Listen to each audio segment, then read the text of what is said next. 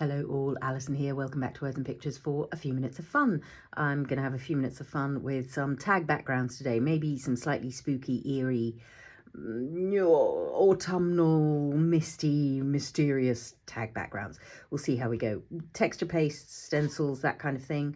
I'm just starting by cutting myself 6 tags, very approximate ones, out of one sheet of this cheapy, relatively cheap watercolour paper that I've listed in the past, the Clairefontaine pad.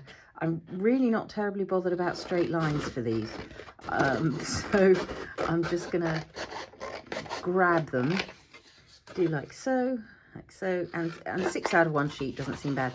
You'll see why I'm fine with this, because no matter what I'm putting on the top, there are going to be some layers underneath that just mean I don't need to worry about the kind of card it is. If I'm doing particular inky effects, I do like having my manila tags. I've discussed with many of you the fact that I used to buy them in bulk from a UK craft store that has now gone out of business because of the likes of Amazon and Temu and so on. These are the Distress Heavy Stock Media, beautiful tags. But the rate I go through them, a bit expensive to use that way. So whenever I'm doing something that doesn't require a particular tag surface, several of you were kind to suggest that one could cut up manila folders. Yeah, the manila folders I've met are not this quality paper. They're rough and highly, hang on, I've got some here. This manila folder, not at all the same thing as this. You probably can't see in this light. This is smooth, has a slight sheen to it. This is very rough, highly absorbent. Inks do not move on it. A coat of clear gesso in advance might get you something, but then a coat of clear gesso has a different impact on how the inks move. So yeah, once I run out of my final box of these tags, I'm going to be as lost as the rest of you. So I'm going to finish cutting these up, and then we're going to put on a couple of layers that are going to need to dry, amongst them some crackle paste. So we'll do this session in stages. Back in a sec. The next step is going to be some tissue paper. So I've got various ones here. This is some of the PaperArtsy Hot Picks tissue paper. Thinking that skull might be nice to just sit somewhere in the background. The beetle, the clock, that all seems nicely Edgar Allan Poe-ish. There's also the PaperArtsy Crypt tissue. It's not blurry, that's just many sheets in a row. So that's just lots of delicious vintage script. There are also the Tim Holtz. There is definitely a Halloween pack of these tissue sheets. I've got mine somewhere, can't lay hands on it at the moment, but what I have still got are some of the tubes, so there will be a bit of that, and I'm just going to do a very simple gluing down. I've got some fluid matte medium, any decoupage glue. Actually, this is the, oh, I did get it open. I just need quite a fluid glue so that I can have a nice soft surface. A slightly moist surface actually also helps the tissue paper to stay put. So I think we'll start with the skull. So it's just a question of a thin layer of glue, medium, whatever it might be, onto here and get it down. So I'm going to go skull because I think he's going to be quite nice. I'm a fan of a bit of texture in my gluing down of the tissue paper. If you're somebody who likes things beautifully flat, by all means go ahead. The matte medium is usually enough to stick tissue paper. It's not a glue that will do much more than that necessarily, because it's intended as for thinning paints really. But any thin decoupage glue, I just don't happen to have mine here at the moment. So I'm gonna glue down the rest of these various tissues and be back shortly. One of the other reasons I quite like this as a first layer is it gives the paper a really lovely sort of leathery feel, almost like, I don't know, old fabric, or, and I'm not cutting these out all beautifully neatly.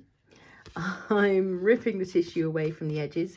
There are places on these Tim Holtz sheets where I've layered up a piece from another sheet, either because I particularly like that sheet, so that's a sort of combination of two, but also because the size 8 tag is just a little taller than those tissue sheets, but it's easy enough to just put an extra bit of tissue, and where it's coming away at the edges, that's also fine, because that's going to create a sort of really nice different effect where ink or paint or whatever I'm going to use next is going direct onto the card. They need a bit of drying time. I can absolutely do that with a heat tool, just to get them ready for their next layers. Some of them I've put a little bit of the fluid matte medium over the top, which will also work as a kind of matte seal. You can also do that with clear gesso. But the other thing I'm going to do is I'm going to do a little coat of white gesso, just because I want to knock back some of this imagery. It's going to start vanishing under other things anyway. I just need to clear up a bit of tissue paper because I don't want it getting all wet. Once tissue paper's wet, its half-life reduces. So just a little bit of plain gesso, any brand will do. This happens to be the Golden. And you'll see it just gives me a chance to homogenize these tags, make them feel the same as each other, because it's going to give us the same sort of colour or look over the top of the gesso, over the top of the tissue. This is also creating a nice surface for paint to hold on to. It will slightly adjust the quality or look of any inks you use on it. But that's all, you know, we're looking for Halloween mysteryness. We don't need a huge, okay, I missed a bit of gluing under here. This is what can happen with the matte medium, but overall I've found it to be a perfectly acceptable way of gluing down tissue paper, but you might just need around the edges to give it a little bit of help sometimes. If you've got your decoupage glue, you'll be fine in any case. That's it's a little air bubble under there. But there's no need to panic. If that bit of tissue gets torn off, whatever, really. Because I'm about to start putting layers of texture paste over these as well. Oh, that's a lot of gesso. So I'm just going to wet the brush a little bit and shift some of that onto these. This one is the one that needs quite a lot, because that flower is very dark and very in your face. And I just want it as a background image. Same over here with this frame, I think. And I'm really enjoying these bits of tissue sticking out over the edges of the tags. That's doing quite good things to my brain in terms of texture and something quite interesting going on. Grand. That'll do for a go, I think. And then onto these, I think, I'm having fun. I'm making this up as I go. Before I add texture, I think I might add just a little bit of colour while that gesso is still slightly wet. So it's going to slightly soften and merge. Let's see what we've got. Let's go with a little bit of pumice stone. Okay, clean your nozzles.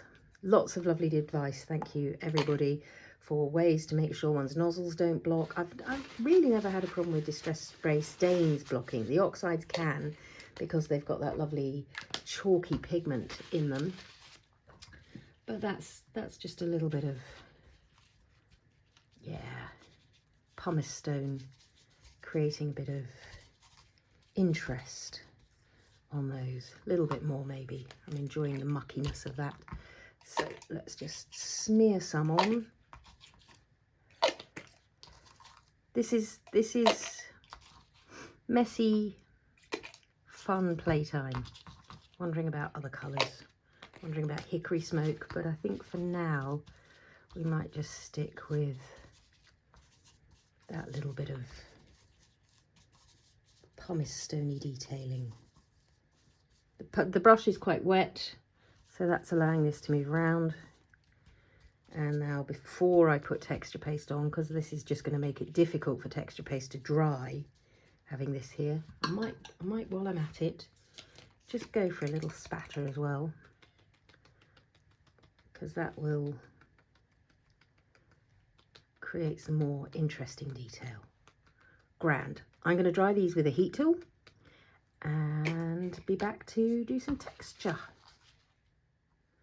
I know some of you may be feeling squeamish about the skull, but I love a skull. It's the place that holds our brains, that holds our thoughts, and this extraordinary anatomical structure that underpins everything we are, everything we do. I would quite like a little bit of this glorious spiderweb texture. I would put it on with Distress ink, but I want it to stay put if I'm putting wet media over the top. So I'm going to do a little bit of gentle Archival into this mix. So this is Hickory Smoke. There is obviously Distress ink on this sponge that I'm using, but I think if I pick up enough Hickory Smoke over the top, that should hold. It's just another really nice layer into kind of atmosphere of slight uncanniness, and in some cases flat out spookiness. Should we have it on all of them? I think it's quite nice that we're creating a set. They won't all necessarily go in the same direction later, but I think this is quite a nice combination of things going on at the moment, and even though they might end up going in different directions later, I think it's going to be quite nice to have a cohesion, repetition and variation. You know me. I'm going to take this over the top of maybe this side, so you'll see I'm rotating and shifting the position of the stencil each time I do it, and I'm just going to live with whatever happens. Some of this will stay, some of this really won't, because some of this is Distress ink and some of it is a bit of inky colour. Let's come up from this side on this one, maybe flip it so it's doing something a bit different. Come sort of in this place as our main focus.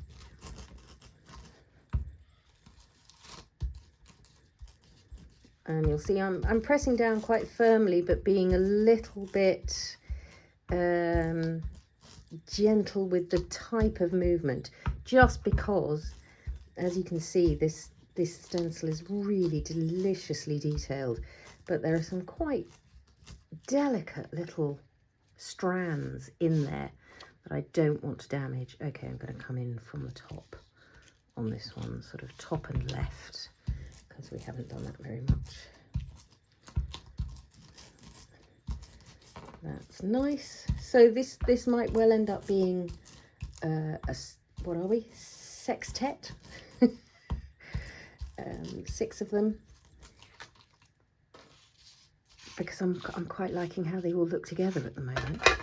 Or we might take them in pairs and just add various bits to them during tag time or whatever else it might be.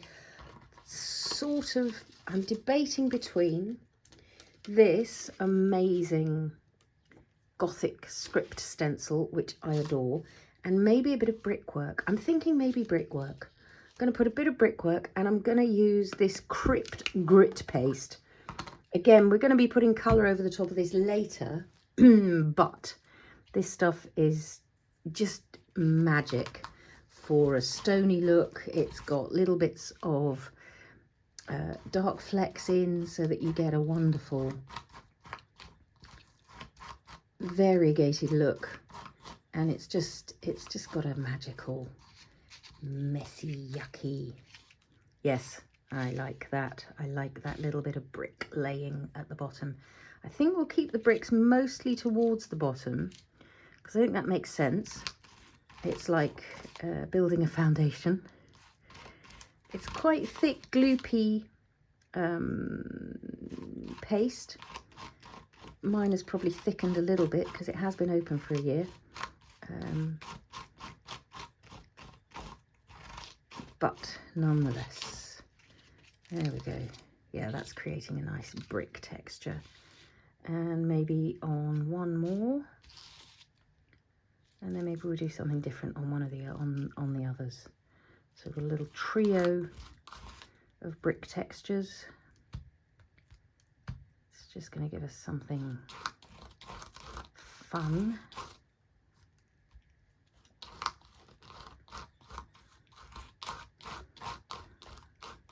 I like that one going up and down that side there. That's very nice. Look at that. So on that basis, I might put a little bit more, a little further up here, just to create that run of texture. And maybe a little more going a little way up here. Again, just to give us a bit of height. Good, nice. Quite enjoying those three. That does want rinsing quite soon, but I think I can probably afford to put a bit of other stencil. Oh, well, I've got the crazy paving. Maybe we do.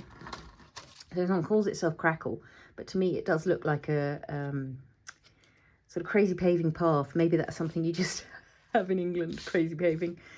And this I might get a bit bolder. We might go upwards a little bit with this. Let's get this out again. Or we could go Crackle. Maybe we go Crackle with this one. Or, ooh, maybe we go Crackle through bricks.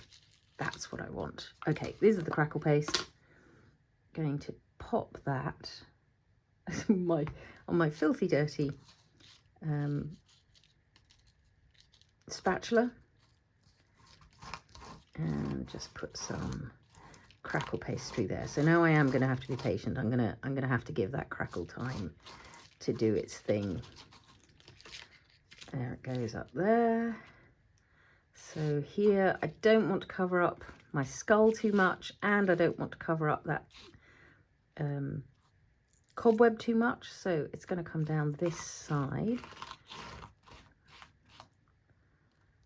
You can see this one's much more fluid really in its application, and I quite like giving that a bit of a surface, as you just saw, by tapping it, because it's just going to increase the variation in the Crackle sizes.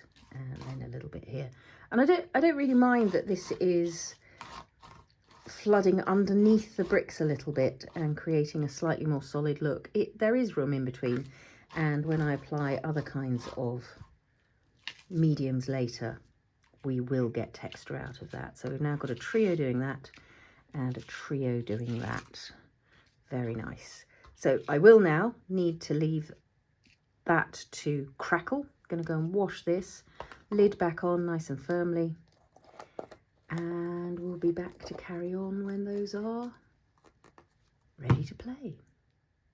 While these are crackling and drying, I've been having a bit of a creative brainstorm really about what might be going to happen next. I'm loving this neutral look and the texture that is building up on these tags, but I think this has suddenly become part one of an October series, and it's to do with these rusty embossing resist tags, vivid colours that we made the other day, in contrast to these neutral ones.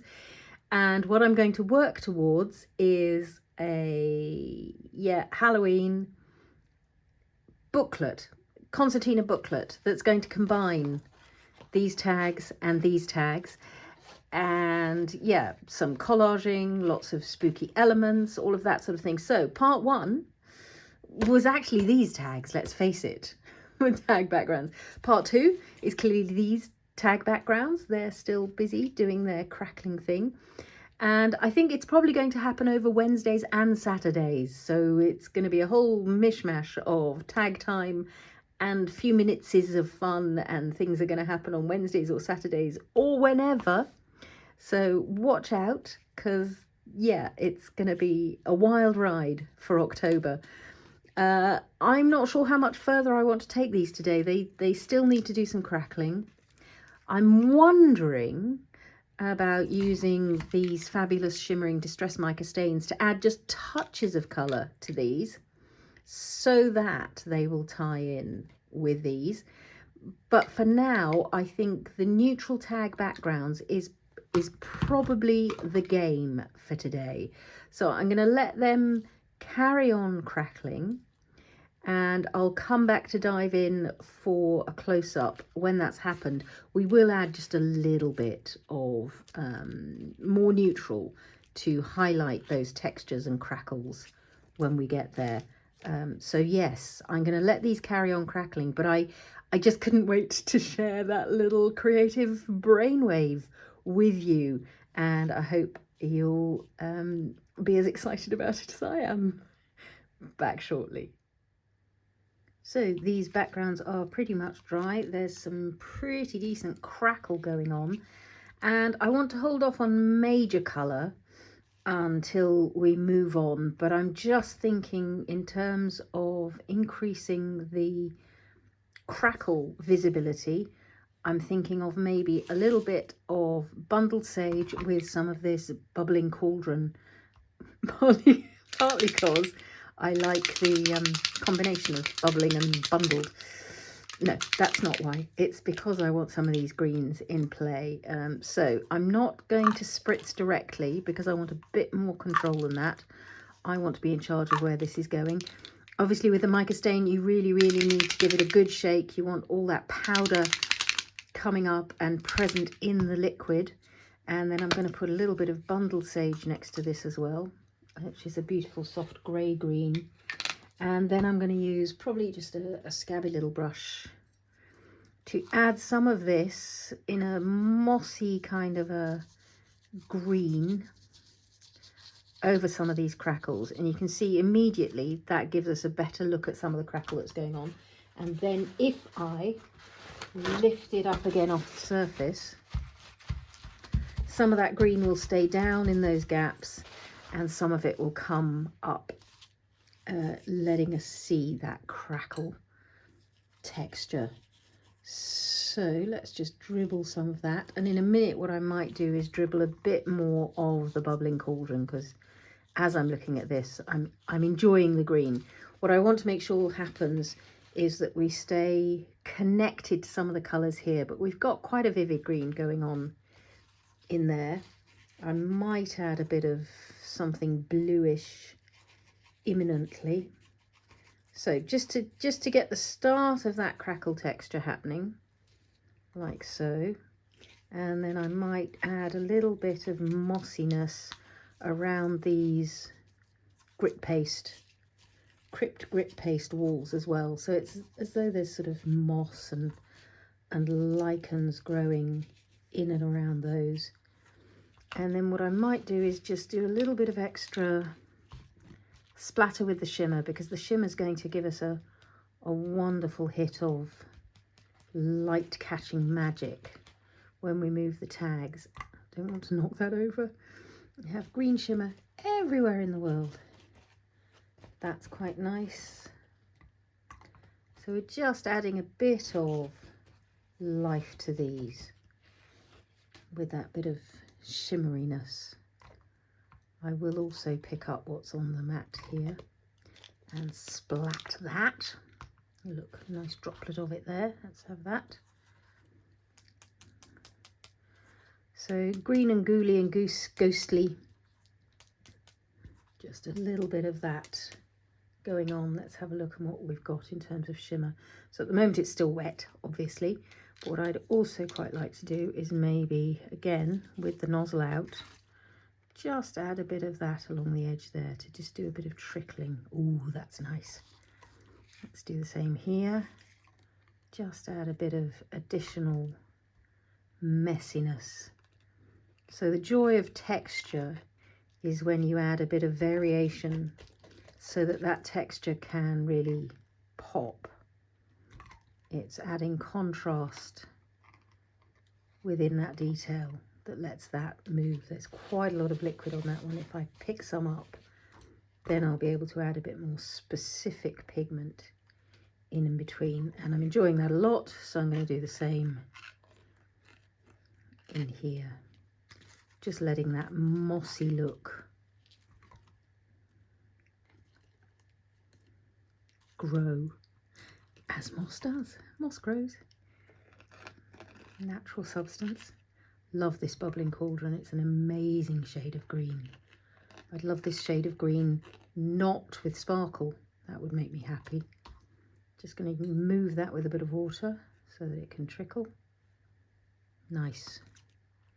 I think that might be as far as I want to go for now. I'm going to let that trickle. I'm enjoying myself now. Letting those things just run and move. Highlighting that crackle just to give us the starting point for how we're going to build a relationship between these tags and these tags as we move on through our Halloween tag book. So I said it will be a mixture of a few minutes of fun and maybe even some watercolour Wednesday. We might have some watercolours in and tag time. But of course we're working towards a little handmade book. So it's also books, books, books. October's going to be a real mishmash. I hope you've enjoyed that little starting point for where we're headed in the long run. And yes, make sure you tune in Wednesdays and Saturdays. And we'll add as we go. We'll look at constructing the book. We'll look at balancing our vivid colours and our more neutral mossy greens, and we'll look at some collaging. It's going to be a world of October fun. Thanks so much for your company as always. Comments and questions down below. I will list as many ingredients as I can think of, and happy crafting all. I'm back again. It's only fair to show you that I've been using a bit of Hickory Smoke Distress Crayon to just again rub over and highlight that gorgeous crackle texture that's now got that shimmering green on. Look at that, catch the light. But it's also really great for just drawing attention to the texture in that grit paste, and especially down the edges. It gives you that lovely sense of framing what's going on, but most of all just a brilliant texture highlight. You can then smooth it a bit with your fingertips or with a bit of water if you want, but I'm enjoying that pretty much full on as texture. Right, this time I'm definitely going away. Thanks for your company and happy crafting all.